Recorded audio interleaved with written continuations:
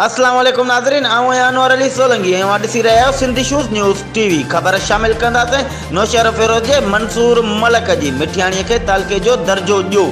Sindh डोवेटर्स forum जे सॾ ते rally कढी वई, जंहिंजी अॻुवाणी सिंध डोवेटर्स फोरम जे चेयरमैन मसरूर चांडियो ऐं जिदोजहद कमेटी जे मोहम्मद भूरल भट्टी, मंजूर मलक, सैयद ज़ाकिर शाह, मुजाहिद सोलंकी, महबूब मला ऐं ॿिया करे रहिया हुआ।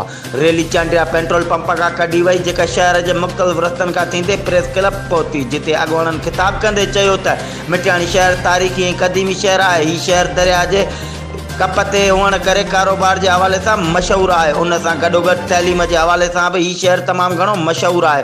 जो सिंध जा मशहूरु शहर बचल, बेवस ऐं राशिद मोरई बि हिन शहर मां तइलीम हासिल करे चुका आहिनि, पर हुकूमत हिन शहर खे विसवार करे छॾियो आहे, जंहिंजे करे हिन शहर जा माण्हू मायूस आहिनि। उन्हनि में फैलियल मायूसी ख़तमु करण लाइ हिन शहर खे तालके जो दर्जो ॾियण लाइ सिंध डोवेटर्स फोरम जिदोजहद शुरू कई आहे ऐं हीअ जिदोजहद तालके जे दर्जे मिलण ताणी जारी रखी वेंदी। वधीक ख़बरुनि ऐं अपडेट्स लाइ ॾिसंदा रहो सिंधी शूज़ न्यूज़ टीवी।